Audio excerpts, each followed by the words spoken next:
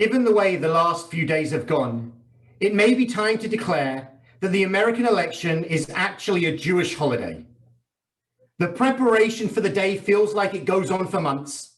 The main event begins in the evening at sundown, and then it doesn't end, but lasts for several days. With Jewish holidays, we sometimes say that they follow the pattern, they tried to kill us, we survived, let's eat. And given the stress and tension of the last few days, it may unfortunately be applicable here too. As I stand here this evening, I'm exhausted, more than after those other Jewish holidays. I'm not sure that I've ever felt this emotionally and physically drained ever before in my life. And I'm sure that I am not the only one. I like to aim for a regular 8 hours of sleep a night. On Tuesday, I barely managed 4. And in the ensuing nights, it hasn't been significantly better. But it's not just the lack of sleep that is making me tired. The uncertainty of these past few days, as we waited for an election result, have been exhausting. People have been living with an all-pervasive sense of anxiety surrounding them. There have been moments of fear and moments of hope, chances for optimism and for pessimism, times to despair and times to dream. The average roller coaster lasts for 2 minutes because the engineers and designers recognize that this is the optimal amount of time for a person to experience that type of stress, excitement, uncertainty, and adrenaline. I would suggest that we have been on a significantly longer roller coaster for the last several days, and maybe for the months preceding them, and it has taken a toll. As individuals, as communities, and as a country, we are all exhausted. And when you think about it, the result of the election might suggest that this is the only thing that we all have in common with each other. All of us have been through this ordeal. All of us would like it to be over. All of us want some certainty about what comes next. This country has never been a united, homogeneous group. We've always been divided into different subsets and communities. From the very beginning, a single country was established out of a confederation of different states with different identities, different loyalties, and different cultures. One of the things that has made this country such a shining light for the world is the way that we have been able to bring together a diverse population and create a whole that is so much more than the sum of its parts. At this point, as we look at the electoral map from the previous nights, or many electoral maps from previous contests, we can see the divisions in our country.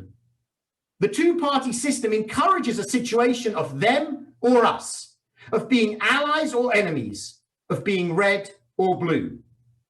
The election itself becomes an all-consuming contest, a fight between the forces of good and evil, with both sides claiming and giving the respective designations.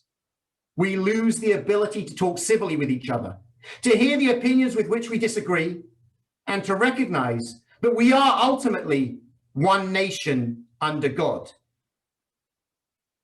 If at this moment we are united by a sense of exhaustion, I think that on Tuesday evening we were also united by the way in which that evening was characterized by moments of despair and moments of hope. Whether the candidate or party that you were supporting won or lost, the way that the results in the election played out ensured that there were feelings of triumph and defeat, sometimes occurring simultaneously. So many of us were left asking, how could they vote for him or her, for that candidate or that party? The question was asked by Republicans and Democrats. We shared in the experience, and yet we were further divided by it. Even for those who are celebrating a candidate's expected victory, it would be easy to despair at the divisions in this country, which have been brought to the fore by the electoral process and which are unfortunately now being exacerbated by those who make baseless claims of fraud or corruption. There are so many sermons that need to be delivered in the aftermath of this election. So many subjects that should be considered through a Jewish lens, so many topics that would be worthy of our discussion and consideration. I was unsure what the topic should be tonight. And so on Wednesday evening, while still in the midst of the counting uncertainty, I asked my students, The teenagers in our ACE program, what should I talk about? In my 2 classes of 8th graders and seniors, they had the same answers. Talk about how we must now come together as a community. Preach about the need to stop the fighting and to find ways to unite with one another. Speak about the fact that we must open our eyes to recognize the divisions in our country, and then we must find a way to reach across the aisle and to work with those with whom we disagree. My teenage students all saw in this moment the need to find ways to come together despite our differences, despite our dismay at the choices of those with whom we disagree, despite the fact that right now we feel very broken, very divided, and very hurt as a country. Despite all of that, they saw the need to talk about coming together. As a Jewish community, we know how to do this. We have always been divided into different groups and subsets along ethnic lines, along denominational lines, along national lines. And while we might imagine that this is a new phenomenon, in reality, it has been this way since we began. When we go back to the biblical account, while we talk about Bnei Yisrael, the children of Israel, we are also always talking about the tribes. That tribal loyalty and sense of belonging appears to be central to the identity of the various figures and places that are discussed throughout our Bible. Yes, they are all Bnei Yisrael, but they are also and significantly members of their tribes. And yet, despite all of these differences, we know from reading our Jewish history that we rise when we find those ways to unite. We succeed when we recognize those things that we share rather than focusing on our differences. The tribes conquer the land of Israel because they are able to work together for the common good, putting aside their individual loyalty and identity to recognize they are part of something greater when they are able to come together. The idea of America coming together now feels almost impossible. And yet we can look to history for those times of despair and division to see how we were able to emerge stronger. Yesterday, presidential historian Doris Kearns Goodwin spoke about this moment and the need for perspective. As she said, history shows us we've lived through worse times before, and we've endured them, and we've come out stronger. Mentioning the Revolution, the Civil War, the Great Depression, and World War II, she continued, they felt the anxiety we are feeling now, not knowing the end of the story. But when you look back at history and you see us emerging through those times, it gives you hope, it gives you perspective, and it provides lessons. As we look for inspiration at this moment, we might well look to the speech delivered by Abraham Lincoln at his second inauguration. The Civil War was coming to an end, and yet he did not look to gloat, but rather he searched for ways to find unity.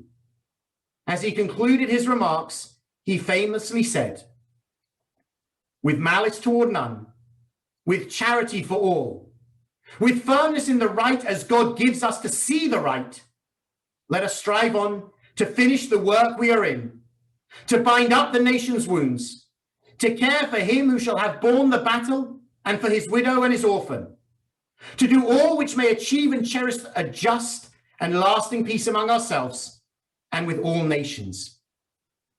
In his words, Lincoln is clear in the unjustness of slavery. He is unequivocal in his belief that there is a right and a wrong.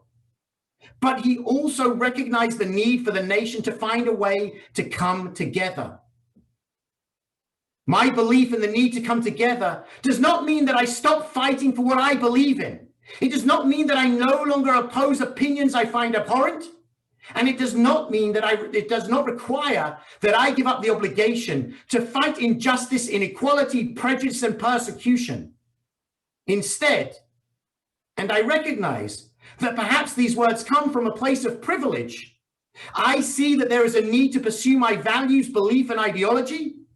And simultaneously, there is a need to find ways to bring this fractured nation together. For too long, we have allowed ourselves to be divided by political leaders. We have accepted the idea that there is a them and us, and we have stopped listening to those with whom we disagree. Existing in our echo chambers, I think that people on both sides of the aisle expected a landslide because we only ever hear the opinions of those with whom we agree. We need to return to the words of the Shema for our next steps. They were spoken to Israel, but they are relevant for America. The first statement, Shema Yisrael, calls on all of us to listen, to open our ears and to hear what others are saying. Adonai Eloheinu acknowledges that God is our God. We access God in different ways with different understandings of who or what God is, but we finally declare Adonai Echad. Despite our different opinions and connections, there is a oneness to God that is final and absolute. Listen, America, we are a nation made up of diverse people, states, and beliefs, but we are fundamentally one nation. 12 days ago, I stood in the United States Citizen and Immigration Services, and I became an American citizen. With 15 other men and women in the room, we all looked different, we sounded different, and I'm sure we all had different beliefs and opinions. But together, we recited the naturalization oath. Together, we recited the Pledge of Allegiance, declaring and affirming that we are one nation under God, indivisible, with liberty and justice for all. And together, we became Americans. We might suggest that Jewish holidays follow the flow. They tried to kill us. We survived.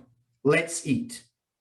But the truth is that in Judaism, there is always a fourth stage. It is. And together, let's now journey to the promised land.